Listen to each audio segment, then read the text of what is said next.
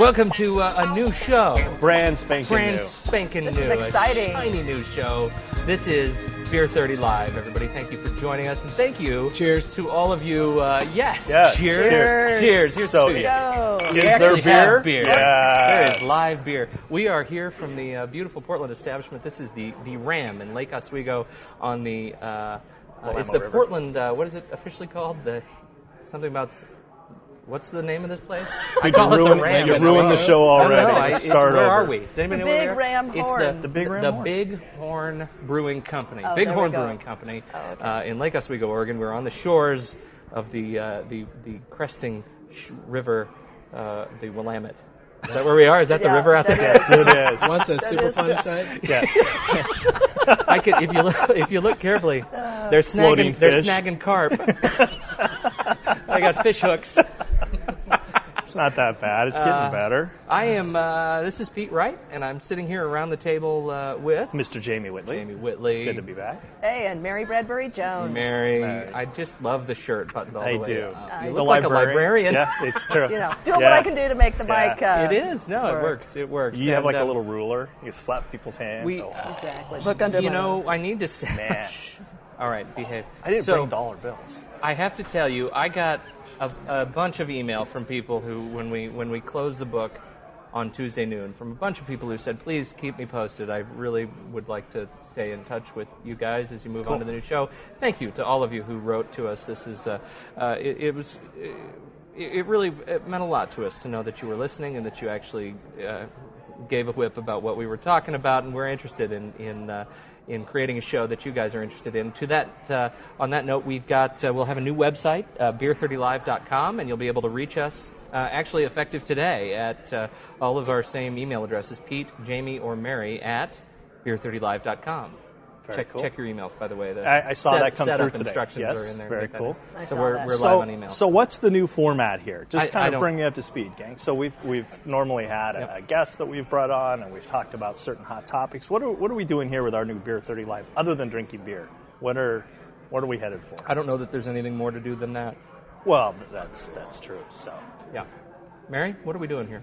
Well, we're keeping a similar format, but we're going to start off our show where we talk just kind of roundtable in general about hot topics of the week, news of the week, before we dive in with our guests. Yes. So we'll have a little bit of just roundtable of random topics, and then we'll move to our guest and have more of a discussion, focused discussion.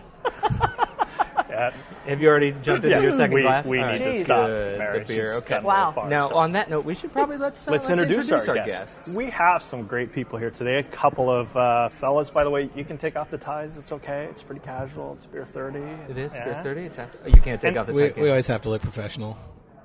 Do you now? Even under your assumed names. Now, here's an interesting Yes. story today because These are anonymous people. These are anonymous guests. Today we're talking about the pharmaceutical industry, and it turns out, as I was looking for, I don't know how it happened to me, you guys, but personally, I happen to have a lot of friends who work in the pharmaceutical business. What does that say about you? I don't know. That's my problem. Is that the legal You love That is the pharmaceutical? problem. I love the drug. Legal pharmaceuticals or what? Help us out. So I Pete, start I can't asking, get any more of that. I mean, you should see this guy's trunk. There's nothing legal about it. I can't tell you what they drive, or they would get rolled. So here's the thing: I have a lot of friends who work there, and it's like the mafia. You ask them, "Hey, you guys want to come on and talk about the show?" And they all start saying, "Oh no, I'm afraid I can't get close to that because they're watching me." Big pharmaceutical. Big Pharma, that's what it is, right? It's the government. Wait a second. It's a What are CIA, they watching right? you? Why would you be worried? Why would we be worried? Yeah. I mean, what do you have to hide? FDA is around every corner. Every corner. Every corner. So you can't talk about drugs? You can, but you got to make sure that you're saying it right. Make sure that you're saying it right. And that's If why we you- have these two guests. So I later see. we are gonna talk If about. you're not a trained professional, it's pretty. See, Wow. now, the problem Well- is, and we're going to get into this, some people would say I am a trained professional. is a doctor. I mean, Some would say that. Others in the pharmaceutical industry would not. We don't need no stinking doctors. So we're going to talk to, we've got our friends, they are... Dick they're and Larry, right? Dick and Larry. You know what he Jim. said? Dick and Jim. Dick and Jim. Are you sure you want me here? Because if you wanted Larry, I don't know where he is. You can go find Larry. So we've got Dick and Larry. Thank you both for sitting down with us. Dick and Jim are sitting down with us today, and we're going to do our best to keep them as anonymous as we can. And so that's it. So let's talk about headlines. The news. What's going on? What's going on, Mary? Oh, well, I think earth-shattering to all of us is the news of Jennifer Aniston and Vince Vaughn. She would start there. Of all the news that you could start with, you could talk about President Bush, you could talk about some guy lost in the woods, but no, we have to start with Jennifer Aniston. Jen and Vince are the most important people of the week. I'm so sad. I know. Because they broke up. They broke up. Do you know why? No, all they said, according to people.com, some serious research going on here, that both representatives came out and just said that when she went to London in late October to see him, they decided to end their relationship, and they are good friends. That's a shame. You know, all the tabloids had them broken up around September. So there's something to be said about we should have put money down on it. There needs to be a market on most of the time the tabloids are right. They were right about the newlywed couple. I can't believe I'm blanking. No. Simpson and Tom. Are you talking about Tom and what's her no, name? not the new ones. No, Kiki Jessica Simpson and Nick Lachey. Remember for months they were talking about them breaking up, and then they'd come out and say, "No, we're not. We're so offended that you think we're breaking up." And then 4 months later, they end their marriage. Well, that was because of the show, because they had the show on MTV, and it was still mid-season. What do you mean the tabloids are always right? So that was right? a publicity thing. Does that mean there's really alien babies and all that kind of stuff? They do speak the tabloids. future. I mean tabloids like In Touch and Us Weekly. And In Touch and so you're saying there's a caste system for tabloids? I think it's all PR. So for months they want them on the cover speculating about their breakup. They get more attention. They get more, even though they know that they've broken up. Right. Well, so they work it. They work the system to get even more. My condolences go out to Jennifer Anyway, Aniston. I know she you're needs upset. a shoulder to lean on and somebody to keep her warm at night. Calming. The roach is there. The roach is there. Cool. Okay, next headline. Next headline, I got one. Culture shock on Capitol Hill. This from the Washington Post. House to work 5 days a week. Oh, my God. I know. I hate to follow up a Jen and Vince story with politics, but dear God, 5 days a it week. looks like our representatives are going to be going to work not Tuesday through Thursday afternoon, as they had been all last season when they were actually in session. They will be working Monday through Friday afternoon. Well, and then not till late on Monday, right? Because they have to fly in and stuff. Right. No, that's and then right. they got to So fly out Friday noon morning. Monday to noon Friday. It's and like so a 4-day work. they've gained week about type of 6 thing. hours. Oh, look, we've got food. Oh, this cool. was very generous of us to order that. What possibly could they be working on for 5 days? That's a good I don't know. That is the That's, big Jim, question. you've got a great question. Yeah, that is a good question. Maybe- We have no problems, no issues in this country. None. Maybe they'll be actually working on the Iraq study groups report. Are we That winning came the war? out just today, It came right? out today. Mm-hmm. That's big news, yes? What is that? We're good. I think we're good. Thanks. That's lettuce wrap. This is a lettuce. We've got a lettuce wrap. We've got some potato skins and some popcorn shrimp here. So let's talk about this study group. Sure, let's do. What did we do? Oh, no, we said, Mary's writing a note right now that says, we said today, because this show is actually going out on Friday, so we'll have to decide if we cut that later. We'll get better. So should we pause and Eat? see if we can get a... I think we're good. Should we rewind the tape? Yeah. So the Iraq study group report. Yeah, the Iraq study learning Yes. team report. Yes. Jim Baker was came on out TV today, right? What did Jim Baker have to say, James? Basically, earth-shattering news that we're all screwed up. We don't know what we're doing, and we're in deep trouble.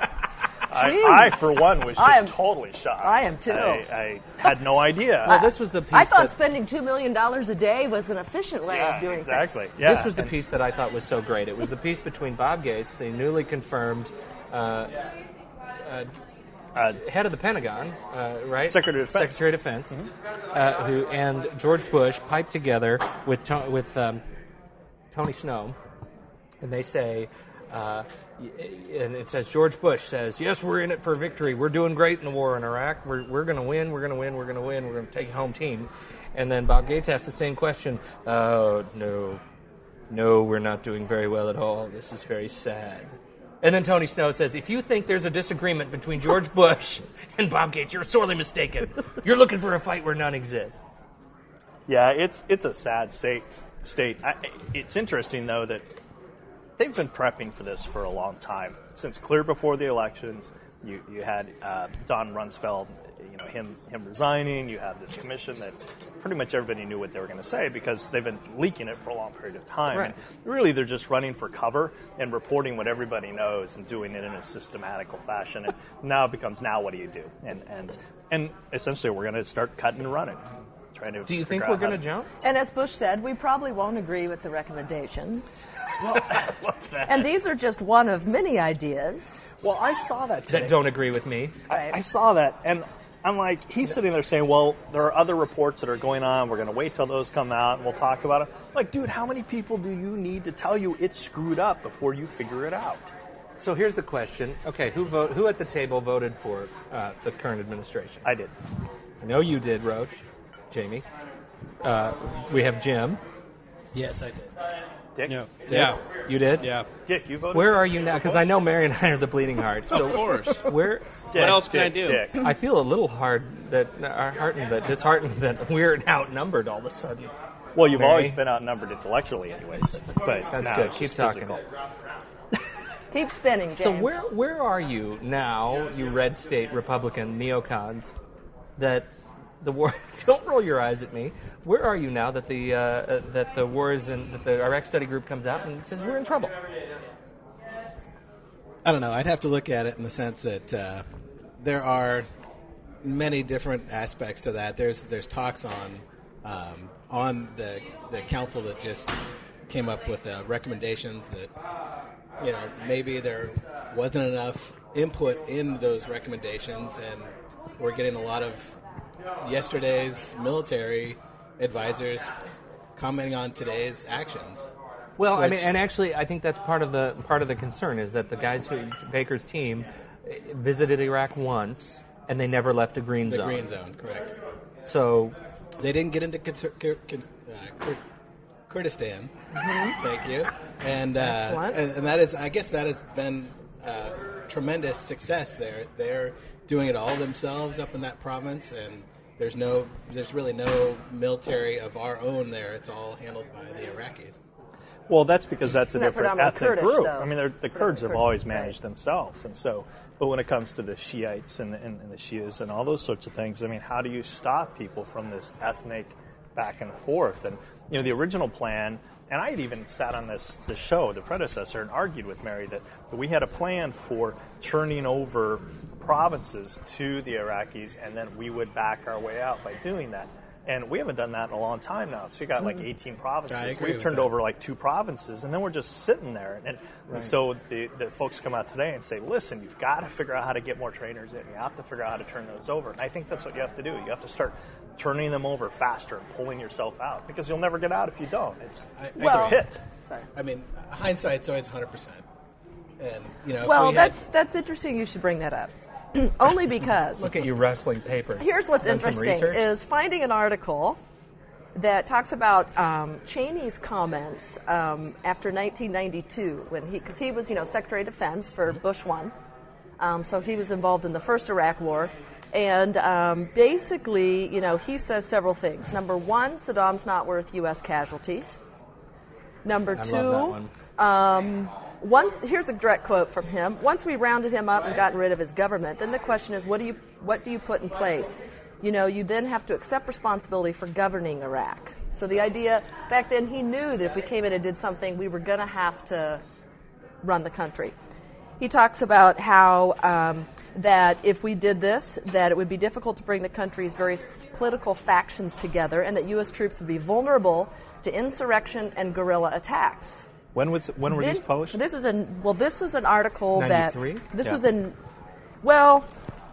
exactly the date on here. It was right after. It was August 92, nearly 18 months after the U.S. forces. Gulf Force 1. Yeah. Yeah. And then he goes on, and here's another quote. Now what kind of government are you going to establish? Is it going to be a Kurdish government, or a Shiite government, or a Sunni government, or maybe a government based on the old Ba'athist Party, or some mixture thereof? you will have, I think, by that time, lost the support of the Arab coalition that was so crucial to our operations over there. And that's where we are today. The end result, Cheney said, would be a messy, dangerous situation requiring long-term presence by U.S. forces. I think that Dick Cheney guy's a smart guy. Nostradamus. Yeah, absolutely. Vote for him. Now, what that may I suggest... see how he got in office. What that does suggest is that when he was making his case for the Second Iraq War, he was... What's that, man? lying, Oh, come full on. of it. Well, he knew all of this back in 1992, and what did they Do you promise think us? things change over 10, 12 years? No, things I don't never know that it change. was. ever. I don't think. Well, that it no, was that's my lying point. Is he knew necessarily. this would be the result, but instead. So why would he want us to do it anyway? I mean, if he really knew that. Ding, ding, ding, ding. There's oh, the $1 million is it for the question. Mary, No, the that's the educators question get it. that Bob Woodward is going to write a series of 3 books about in 20 years.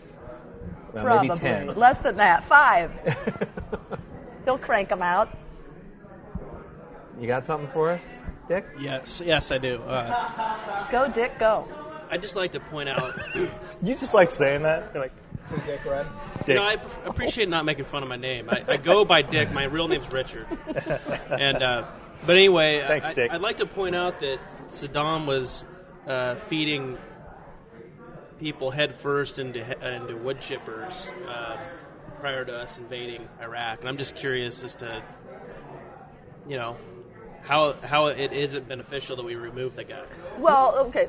I'll Go ahead. say something quick. First, I've never heard the wood chipper. Now, the rape rooms, the mass graves, those kinds of things, those have been out there. Those were all things, of course, that our government actually supported. Don Rumsfeld went over there, shook his hand, said, hey, whatever you want to do to the Kurds, that's your business. The U.S. stays out of it. So to a point there, we supported it back then. Okay, but was he a bad man? Absolutely. Was he a person that shouldn't be in power? Yes. But there are a lot of countries that have really awful governments. How about Balfour? We don't care at all about that country and the genocide and the killing and the stuff that's going on there. Well, So because if it's we- not strategically important to us. I mean, there's no oil, there's nothing, and so, putting people in a chipper shredder is not a good thing. There's no doubt about it. No matter Sucks. It hurt. Yeah. It has to hurt. Okay. yeah. That's going in the Thanks, clips Dick. reel. Yeah, no, it has to. Putting But- people in the chipper shredder is going to hurt. It's going to It's hurt. never a good thing. Dude, look how quickly this showed. Dives into the Deteriorates. gutter, All right. right? But seriously, finish your point. But no, but- but my point is to go with Mary. There are a lot of bad dictators and bad governments in Yeah. the world, and so why did we pick Iraq? And the answer is, quite frankly, because it's the Middle East and because it's oil, and we thought there were certain weapons there that we were going to go after, and how valid that was, I don't know. But we have Iran at the back door. well, yeah, and what do we do? Yeah. And that's a big challenge. That is a big challenge. But I don't think what we can do is continue to go and just slug it out and try and stand between people who are there are beating each other up over their ethnic background. And you really have to bring people to the table, and you have to figure out how to get yourself out, because you can't stay there forever. Right. Well, how do you change the cycle? Because you kill people, the relatives, the friends, they're mad, so thus it builds hatred. You kill more people based on the hate. It's just this. How do you get out of the cycle? It's death just brings more hate, which brings more death, which brings more hate, which brings more death. Yeah, you have to get out. You can't physically do it. You have to start making them responsible for their own lives and their own actions. And we have certainly screwed up a lot of stuff. But I think the worst thing we can do is continue to sit there and try and slug it out day after day after day. I agree completely with that. But I mean, when people talk about the war and what's going on over there, I mean, it's not just us being there that all this is happening. This has been happening for thousands, hundreds of years. Yeah.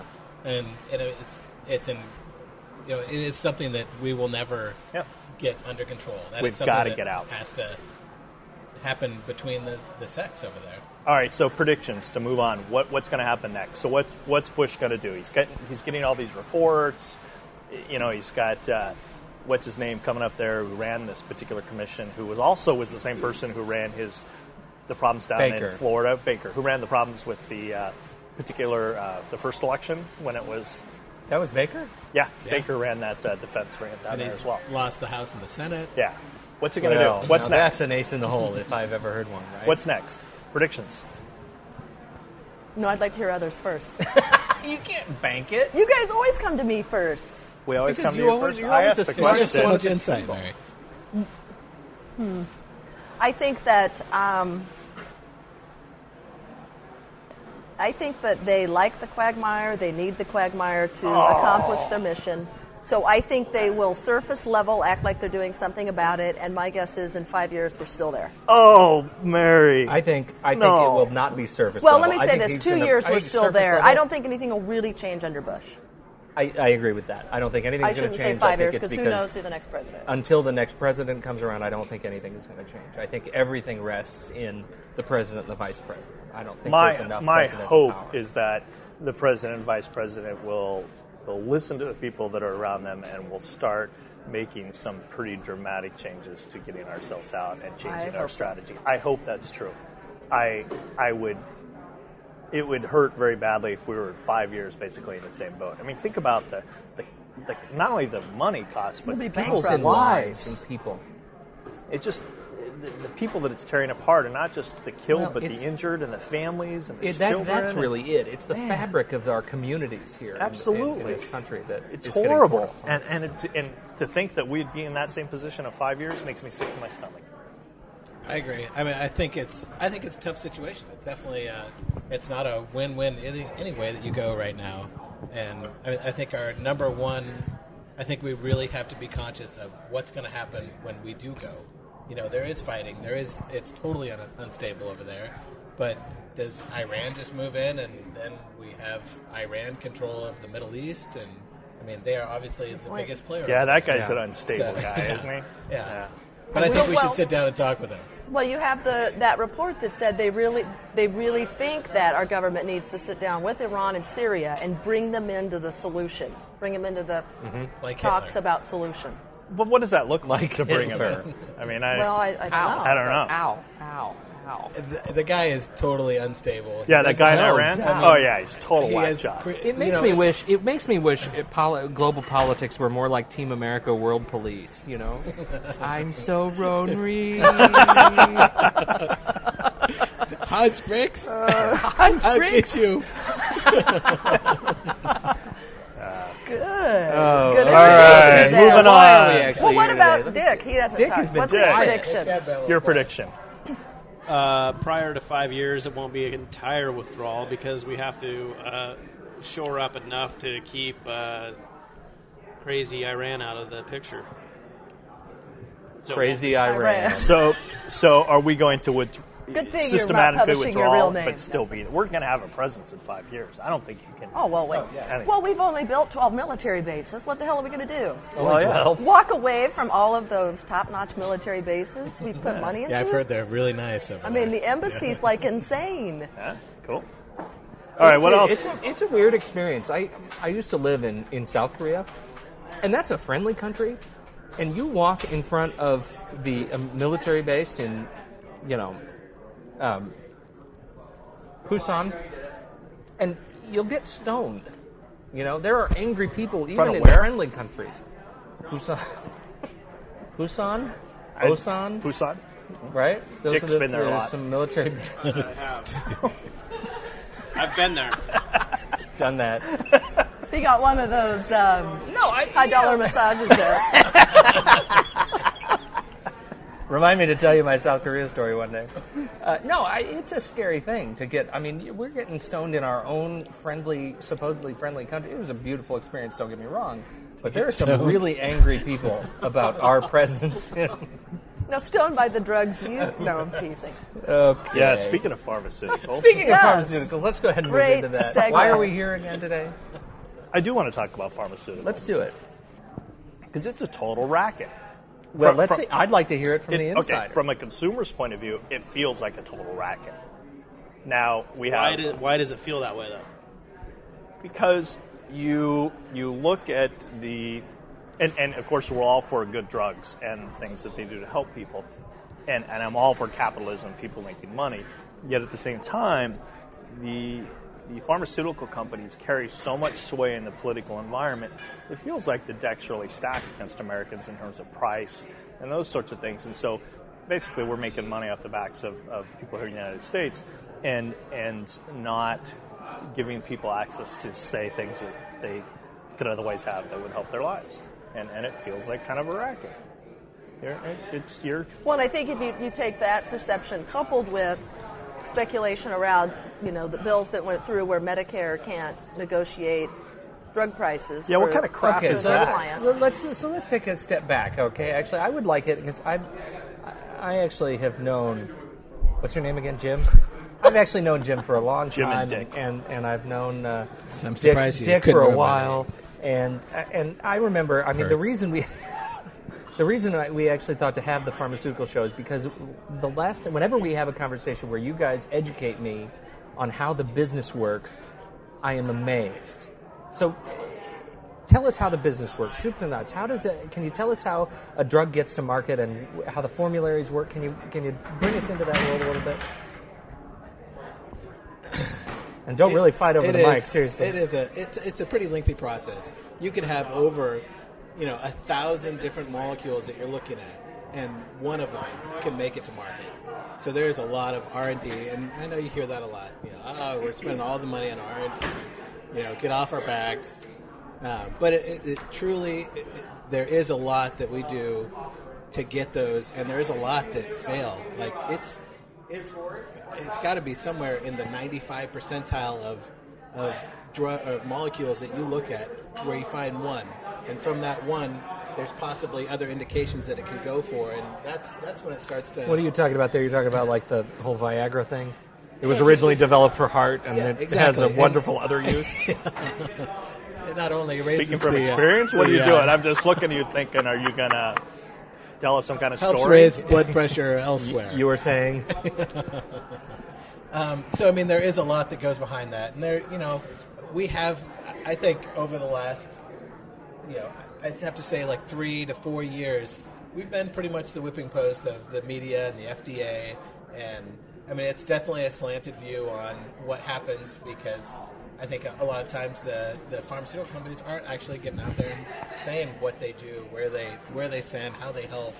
And, I mean, there's a big We're not doing a very good job managing the perceptions that people have. Yeah, there's a lot coming at us, and there's not a whole lot returning from the pharmaceutical. Well, and I don't think it helps that they lobby against, for example, Medicare and Medicaid purchasing drugs in bulk and those sorts of things to help lower costs for people. So you're kind of your own worst enemy when you're not helping us save money and participating. And you can't blame them. Because you have to cover costs and you have to make money. But at the same time, healthcare is hard because there's do we have an obligation as a society when it comes to healthcare? And I don't think people really understand healthcare that, when you look at the U.S. and you look at what we spend or what actually gets paid for healthcare, when your company is paying 70% of the bill for you in healthcare, you automatically lump it into your check and you don't think about it, and then you go and pay a $5 or a $10 copay at your doctor's office, right. And then you want to walk away with a $300 a day or a $300 a month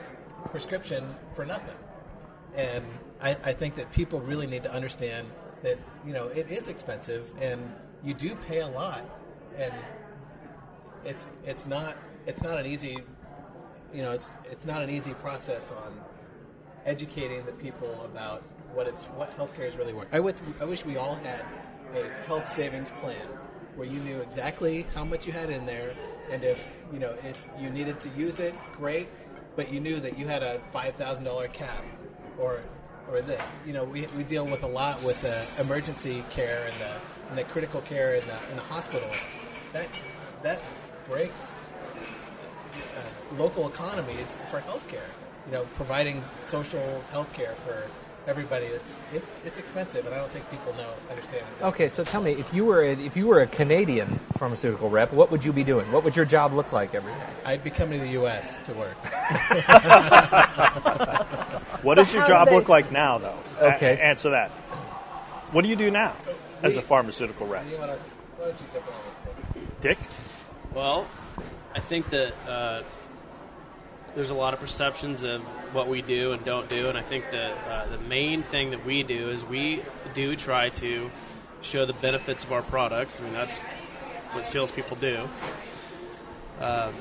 So showing the doctors that one drug is better than another and get them to prescribe your medication that you're representing over your competitors. Over our competitors, whether it be a generic drug or another branded product or what have you. That's the main goal. I mean, we're paid to drive sales, and that's the bottom line. But the bottom line is to get you to go to a doctor's office and get them to write prescriptions, right? You want them to. Absolutely. Right. That's the thing that's always flabbergasted me, that you don't have direct control over what they do, right? Over your own sales. No, you're not getting a contract. You're not getting them to order something. You're not. It's not like if someone was selling steel to you. Where'd you come from, Dick? Before pharmaceuticals, where were you? I sold wine. Really? Yeah. One drug to the next, huh? I like your old drug better. I don't have any allergies, so no. So what? So why do you do it? Well, Jim, I think we probably both have the same answer. We do it because. Well, let me put it this way. You get into the business, and in the interview, you would say to the manager that's interviewing, you'd say to him, well, I really care about patients, and I want to help people, and all these things. But the reality... I wish we had a camera here, just because Jim was eyes. mouthing right along with them in cue. Anyway, Jim, are you in or out? No, he's in. He's in with you. Anyway, so that's what you say initially, but the fact of the matter is we're salespeople, and Exactly. we're in it to do well, financially in our careers. Well, and you shouldn't feel embarrassed. No. You shouldn't feel hesitant to say that. But it is, the bottom line, it is nice to know and hear from doctors when you are helping people. That adds a little credibility to what you do, and because there are sometimes you'll have a product where you don't fully believe in it, but you're a salesperson, so you got to go out there and put the best picture on that product, and obviously you're staying within your regulations, your guidelines, but it is sales. So what do you have to know more? The information about your product or the information about what the FDA requires you not to say? You need to know what your product is and what your competition is. Yeah. The FDA is there just to make sure that you're following with what your product is and not trying to sell it off-label or try to give it other indications. What does that mean? Yeah. When they're doing other things with your product, say with Viagra, it was originally designed for the heart, and some doctors found, hey, it works not only for the heart, but it works for also an erection. So just Red letter day, yeah. wahoo! Well, you can't go out there and promote that for ED before it's been indicated for that, and before they've done the tests, and before the FDA approves that you can go out there and say it. There's a lot of guidelines behind what you can say, and there's constantly we're being followed up by the FDA on, here's what you can say, here's what you can't say. And the FDA takes a lot of hits. Are they doing a good job? It's like any other governmental agency.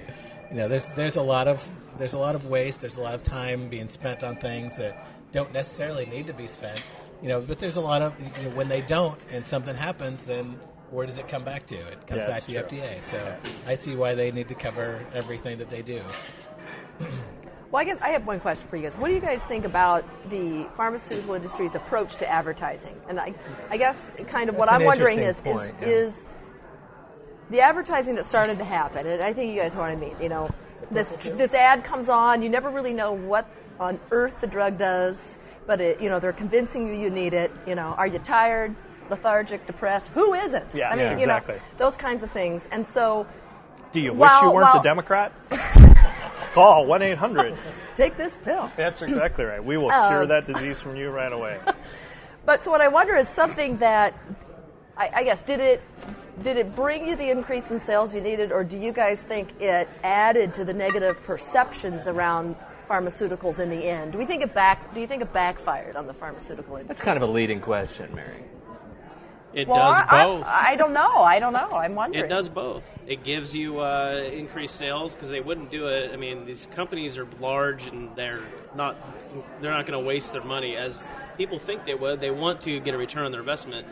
And they've done it for years, advertising on TV, and it has worked. It shows that it works because patients see it on TV. They see, whoa, Viagra. I have no clue what it does, but they go in and they ask their doctor, what can that do for me? And then, boom, one thing leads to another, and that's a script from the doctor. So, but then on the bad side, yeah, it looks bad. It looks bad. But it obviously must. It has to be high. I mean, it must be more profitable for you to do it. I mean, what you're getting at is something that is really more the cultural trend that sort of comes with increased access to information, right? Which is, now the patient has in the palm of his or her hands boatloads of information about a particular disease or a particular drug, and that's a good thing. I think. Is it? Well, does it and that's help how it's or hinder the medical community in doing their job? It's couched as patient education. Right. I mean, that's what I'm saying. But then the flip side is then are we putting pressures on our doctors to give scripts for this or that, and then we raise tremendously. The cost. You have people walking in the door saying, "I want the purple pill." Doctor's like, "Which do you one? know what the purple pill is?" They're like, "No, but I know I need it." So I mean, do they really do that? Oh yeah, they do. I mean, it's. And then do doctors do that, or do they say, are they then held to an ethical standard which says, I need to make sure that there's a diagnosis here for you to have the purple pill, or they just kind of give it away? From a doctor perspective, today doctors need to see twice as many people as they needed to see 5-10 years ago. Why? 10 years ago. In terms of what? Why? In terms of making, in terms of having an income that can pay off their school loans. I mean, it is. Do you think is that some of that due to their increases in managed care? It's managed care. Okay. It's and their insurance costs maybe that they have to malpractice. No, it's a lot of it's dictated from managed care. Well, you'll see a lot of Providence as a local managed care plan, and you have within the Providence plan, they are capitated on what they can prescribe.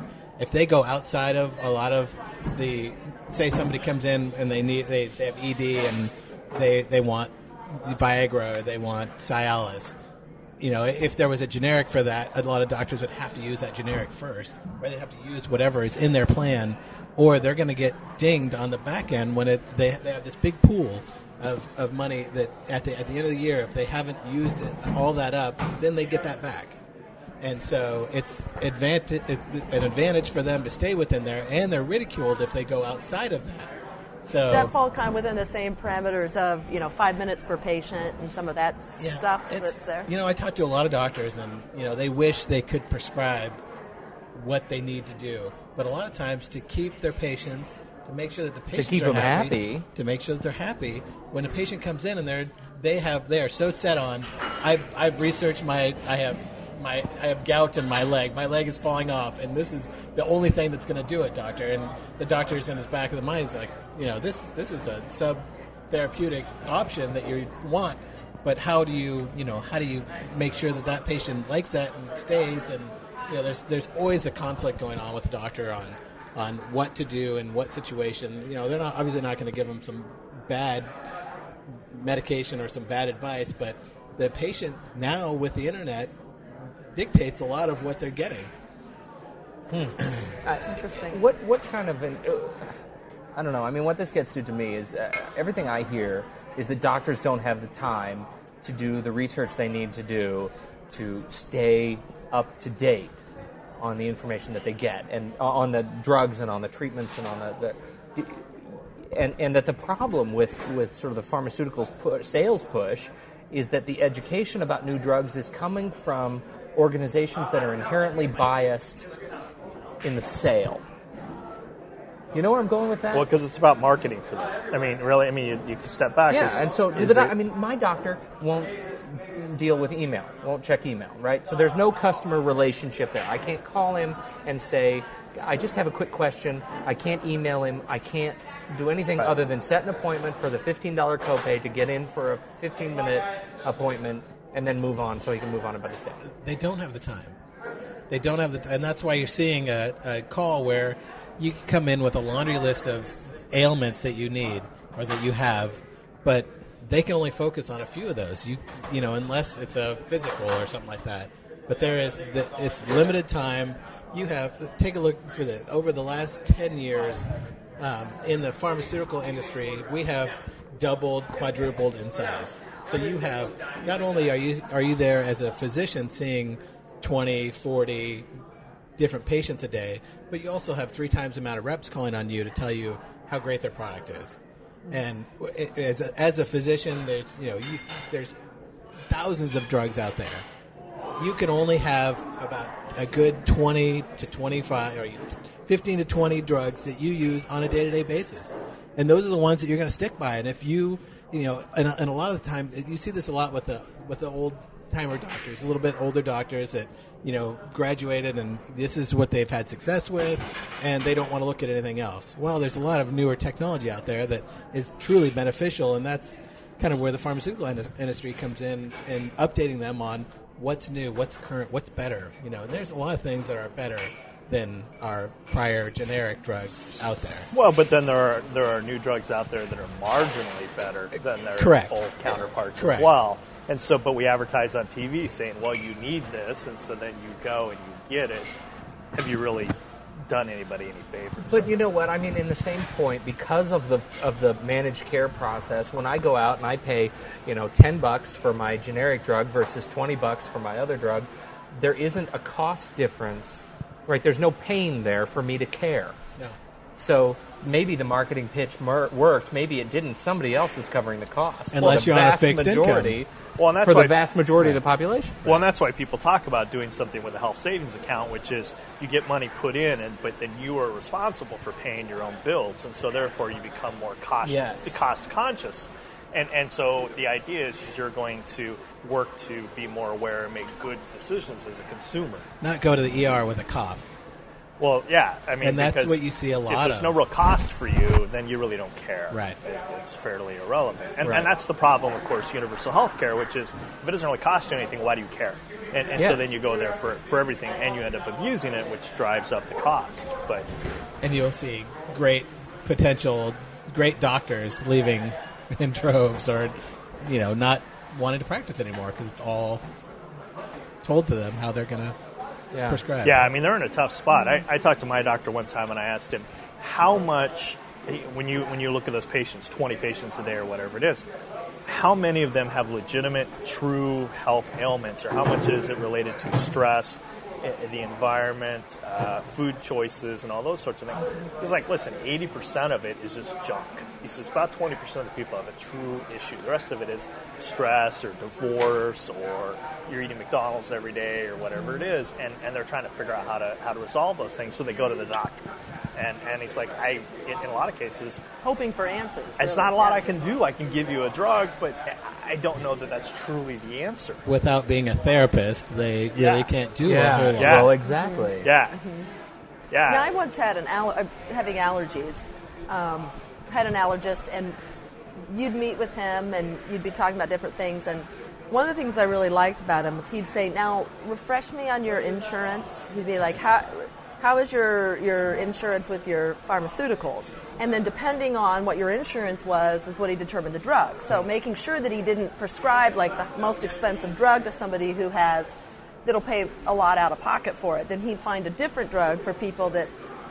Well, that seems like a good deed. I thought that was interesting. I always thought it was a good thing. Yeah, I mean, he's sort of the Robin Hood of the medical community. Yeah, but they're put in a tough spot. I mean, imagine trying to be a doctor today and you're coming out of But that was school 10 years ago, so. You got $100,000 worth of debt, and you're trying to see these 20, look at 30 patients a day. Look at the managed care plans. There's no way a doctor can know what's on what now. Yeah. Look at Oregon Health Plan.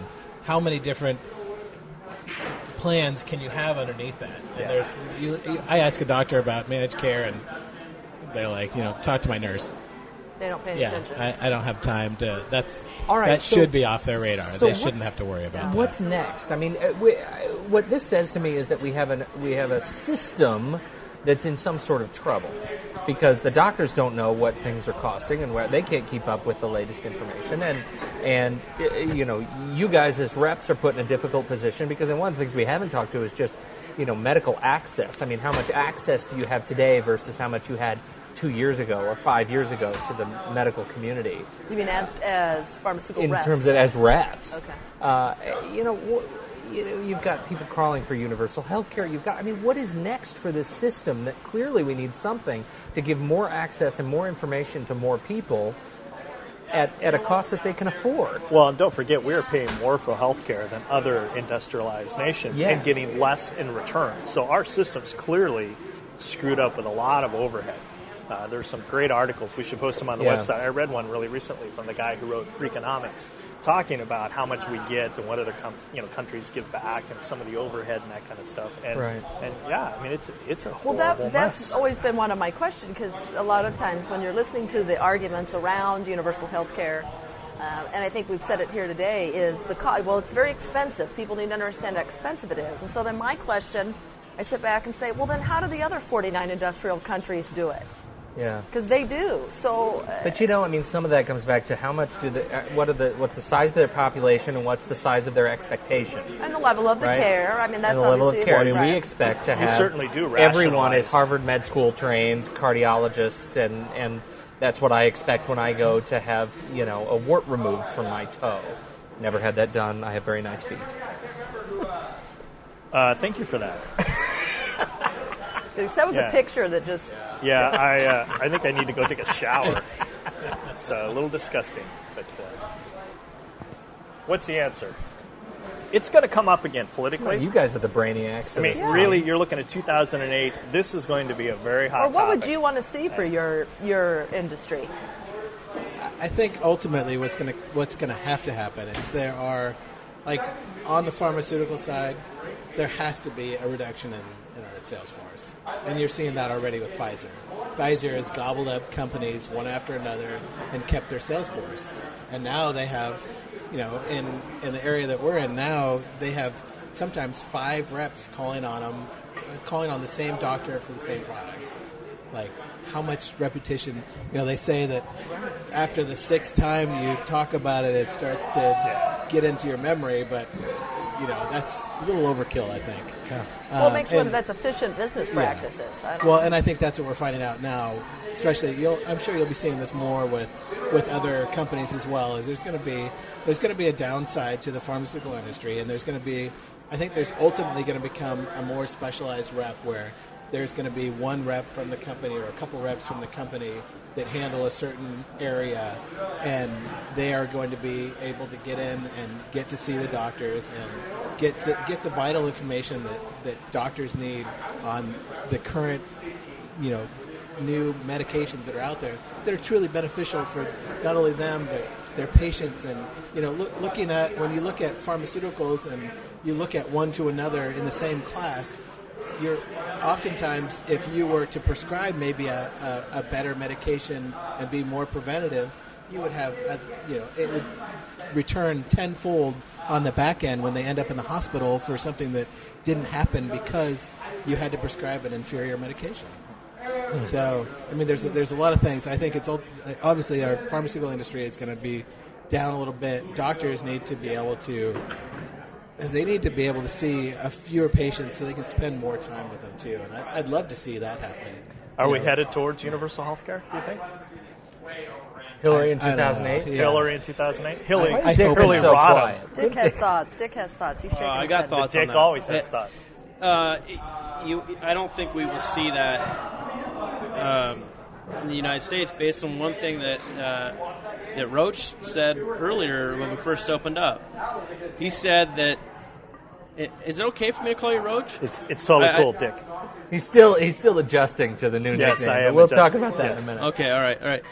Anyhow, the one thing that really goes unmentioned is that if you were in one of these countries that have this great healthcare system where they have all the information, their healthcare system is better, the fact of the matter is that if you go to the hospital in the United States, you get seen. You get seen right now. And if you go to a hospital in some of these other countries where, quote unquote, they're superior to our system, if a guy has to get his gallbladder out, he may not get it out for 4 days. Whereas in the United States, hold on. He's getting it out now. No. Certainly with HMOs and different things, there is a certain level of care that we manage.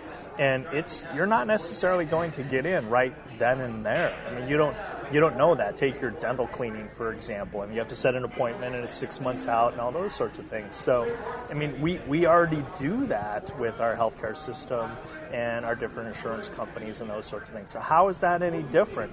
I mean, I would argue if you dental cleaning. No, hold on. Dental cleaning, it's going to be 2 weeks out. Hold on. It's like getting my oil change. No, if I needed my gallbladder out and I was in Canada, I'm sorry, they're not going to make me wait in bed for 6 months until they do that. They're going to do it right away. I mean, we already. Have you had this happen up there?